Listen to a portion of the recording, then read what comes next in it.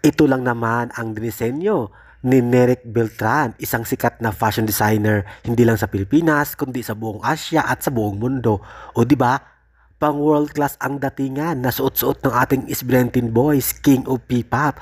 Kaya naman be proud dahil isang Neric Beltran ang nagawa ng susuotin o sinusuot ng SB19. Talagang fashion na fashion ang dating ng ating SB19 boys.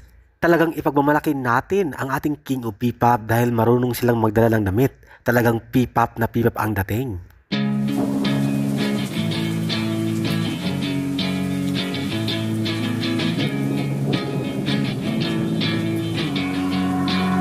Yeah, I will always be a warrior.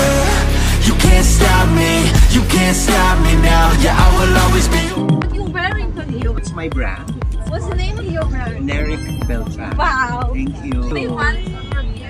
Yes, Okay, yes. wow, beautiful. Except the jeans. Ayan. You look good as well. Yeah, can you give me your Instagram? I want sure. to see. Yeah. Of course. It's something you very Neric Beltran is a brand. Proud na proud tayo sa SB19 dahil sila lang ang kinuha ni Neric Beltran bilang isang model ng kanyang brand. Hindi lang sa buong Asya kundi pang Europa pa. O di ba?